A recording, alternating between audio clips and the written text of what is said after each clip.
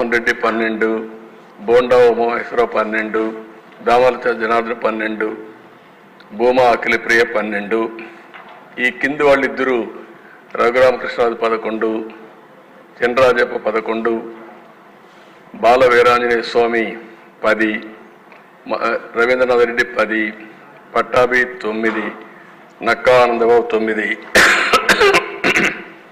Next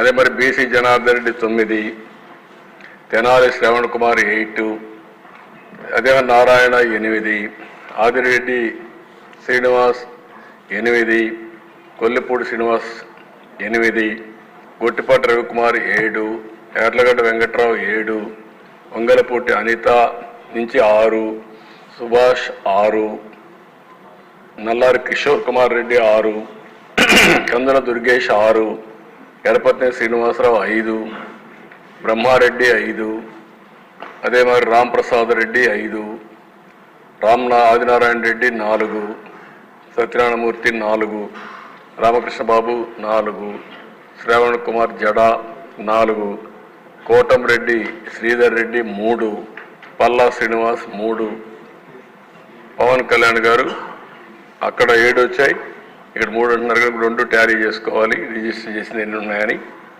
అదే మరిగా అశోక్ గజరాజ్ 2, షర్మిల 2, కడాని చెల్లిని కూడా వదిలిపెట్టలేదు.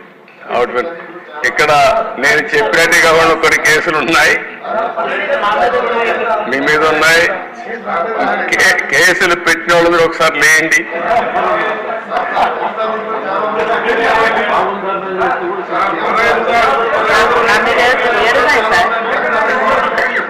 చూసారా దేశ 7 కేసులు ఉన్నాయి.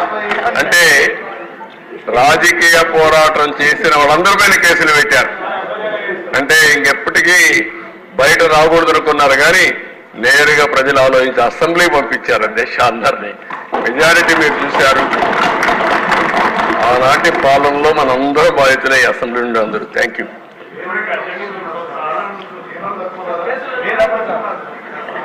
నెక్స్ట్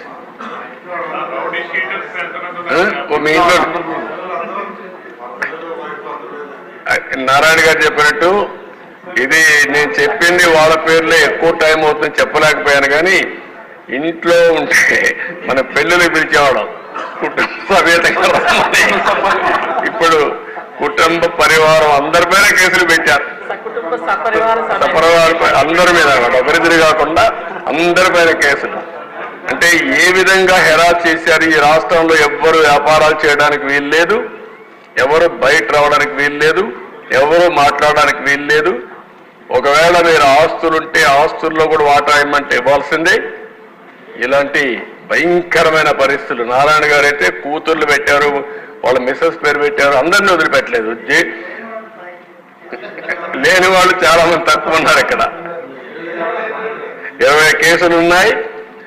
అల్లుణ్ణి, కూతుర్ని, భార్యని అందరినీ సిబిసిఐడి తీసుకొచ్చి ఎక్కడికక్కడ ఎంక్వైరీ మీద ఎంక్వైరీ ఎన్ని చేయాలని చేసే పరిస్థితికి వచ్చారు. ఇప్పుడే ఒక చంద్రమోహన్ రెడ్డి గారు చెప్తున్నారు, కేసులు లేని వాళ్ళు పుణ్యాత్ములు, వాళ్ళకు బోనస్ అది ఎవరున్నారు పైకి లేవు ఒకసారి చూపించడానికి. కేసులు లేని వాళ్ళు అదృష్టవంతుల వాళ్ళు. చూసారా దేశ కేసులు లేని వాళ్ళు వీళ్ళు మాత్రం మెజారిటీ బాధితులు. Okay, thank you.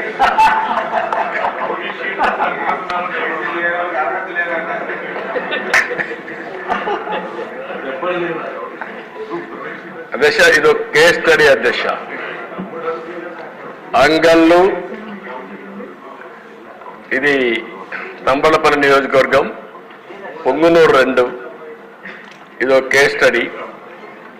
నేను ఈ రాష్ట్రంలో ఇరిగేషన్ ప్రాజెక్టులు నిర్వీర్యం చేశారు, అవినీతి విచ్చలవిడిగా పెరిగిపోయిందని 10 రోజులు కార్యక్రమం పెట్టుకొని రాష్ట్రం మొత్తం ప్రజా చైతన్యం కోసం బయలుదేరారు.